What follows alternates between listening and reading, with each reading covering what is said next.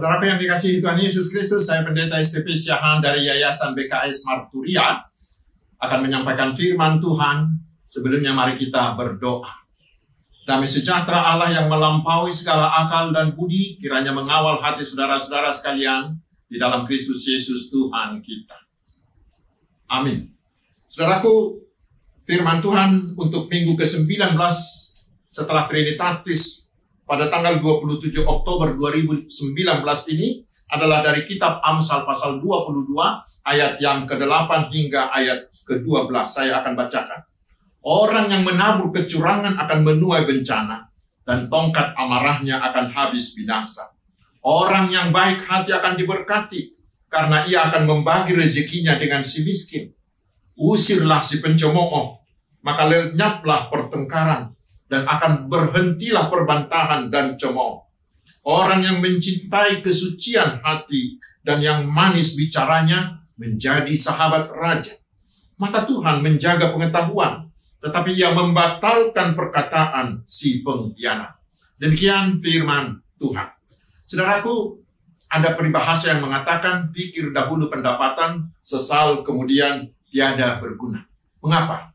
Karena seperti dikatakan di firman Tuhan di Galatia 6 ayat 7b, karena apa yang ditabur orang, itu juga yang akan dituainya. Itulah seruan dari Nats hari ini. Pikirkan dengan cermat, dengan matang, setiap tindakan, setiap perilaku, setiap gaya hidup, setiap perkataan kita, dengan mempertimbangkan dampak jangka panjangnya, baik bagi kita atau bagi orang lain, terutama dalam kehidupan kita bersama dengan Tuhan. Saudaraku, mari kita coba lihat apa yang dikatakan Nats ini tentang itu. Yang pertama di ayat 8, itu mengingatkan kita agar kita, bila kita memiliki jabatan atau kuasa atau harta, janganlah menabur kecurangan dengan memeras tenaga karyawan kita, atau tidak berlaku adil, atau menyalahgunakan jabatan, atau menerima suap untuk membelokkan keadilan. Saudaraku, hati-hati, Tuhan melihatnya dan akan membalaskannya dengan bencana dan kehancuran. Bukan hanya bagi dirinya sendiri, tetapi juga bagi keturunannya.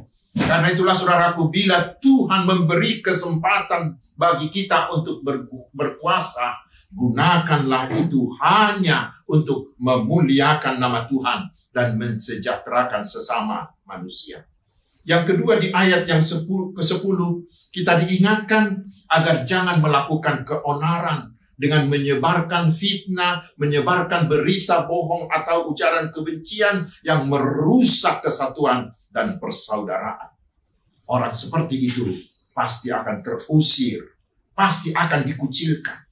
Tetapi sebaiknya saudaraku, mari jagalah hatimu, karena kata-kata itu keluar dari hati kita.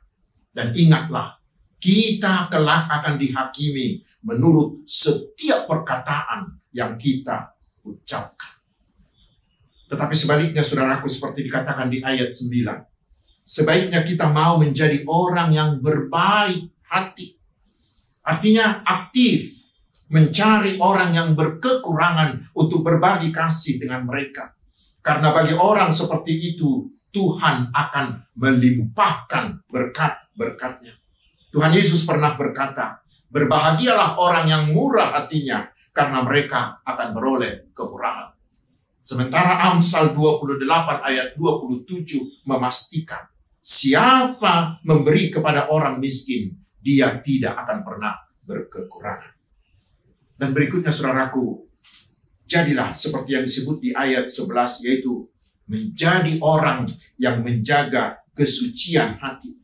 Artinya tidak dikuasai oleh daging, tidak dikuasai oleh nafsu, tetapi bersih dari segala tipu daya.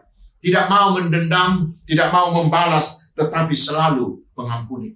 Orang seperti itu adalah yang perkataannya tulus, tetapi tegas dan cerdas, sopan dan bijak, seperti Daniel.